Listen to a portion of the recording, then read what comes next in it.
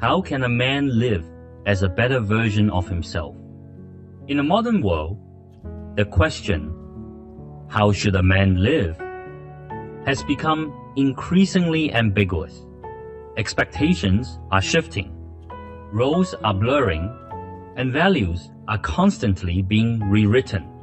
Men are told to be strong yet gentle, ambitious yet stable, independent yet emotionally open, responsible yet expressive. Caught in these contradictions, many men fall into a deep existential confusion. Who am I supposed to become? In an interview, boxing legend George Foreman mentioned 3 principles of boxing: precision, focus, and power. These 3 principles are not merely technical. They form a philosophical structure for life.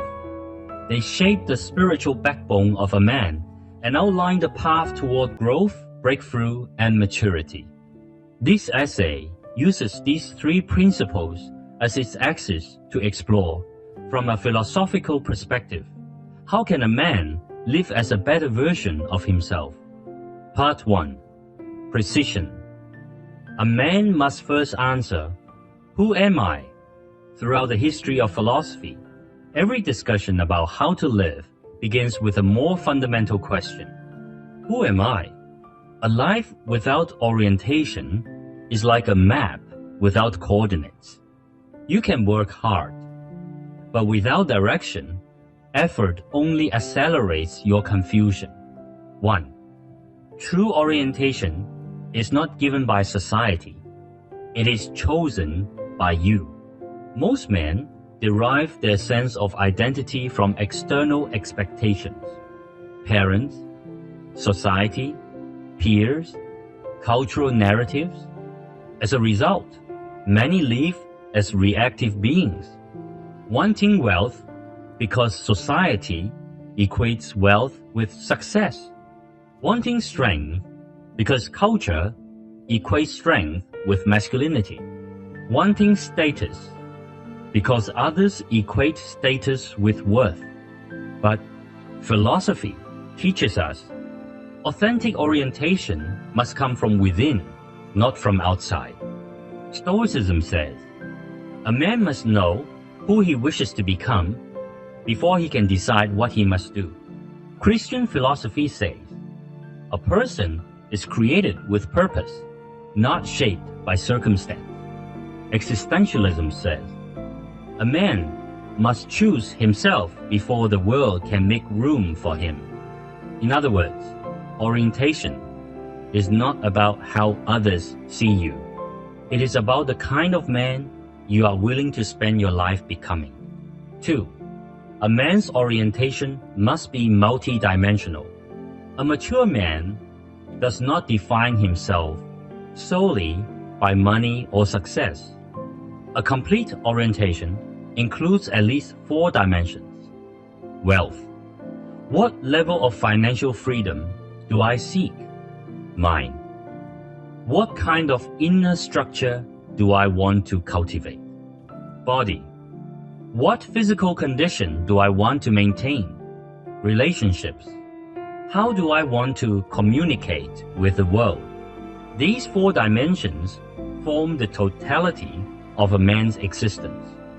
None can be ignored. 3. Orientation does not need to be perfect. It needs to be honest. Many men get stuck at, I haven't figured it out yet. But philosophy reminds us, direction is not discovered through thinking alone, it emerges through action. A ship leaving the harbor only needs a general direction. The precise route is adjusted at sea. Orientation is not a one-time answer but a lifelong dialogue. You only need to ask yourself honestly, if no one expected anything of me, what kind of man would I want to become? That is the beginning of precision. Part 2. Focus. A man must learn to say no to the world. If orientation answers, who am I? Then focus answers, what am I willing to give up to become that person. 1. Focus is not about doing more, it is about doing less. Modern society creates the illusion that you need more information, more choices, more opportunities. But philosophy teaches the opposite. A man's strength comes from elimination, not accumulation. Heidegger wrote, "Man is not overwhelmed by the world, but by the excess of choices." A man's maturity begins the moment he learns to say no. 2. Monk mode. Every man must endure a period of solitude. Why do so many men fail to focus? Because they fear being alone. Solitude forces you to confront your true self, your shortcomings, fears, laziness, anxiety, emptiness. So many men escape into meaningless socializing, low quality friendships, numbing entertainment, habitual distractions, not because they enjoy these things, but because they fear themselves. Yet philosophy teaches, a man must undergo a period of monk mode, a season of silence, in which he meets himself and reconciles with himself. Stoics practiced daily self-examination. Christians practice prayer and spiritual reflection. Zen Buddhism teaches observing the mind. Plato speaks of the soul's return. All great traditions say the same thing. A man must learn to be alone before he can learn to be with the world. 3. When you grow, the world will naturally filter the people around you. When a man begins to focus on self-improvement, he will notice some friends drift away, some relationships break, some people stop understanding him, some even mock or resent him. But this is not a loss, it is purification. You are rising from a lower frequency to a higher one. You will attract new friends, new relationships, new opportunities. You will meet people who resonate with your new identity. Philosophy teaches growth is not about gaining, it is about shedding. Not about addition, but purification. Part 3. Power. A man must take responsibility for his own becoming.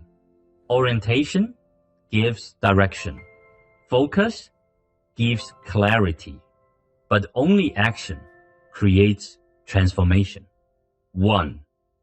Action is the core structure of manhood. In philosophy, there is a concept called practical reason. It means a man does not become himself through thought, but through action. You can read books, watch videos, listen to advice, but if you do not act, nothing in your life will change. Action is the essence of masculinity.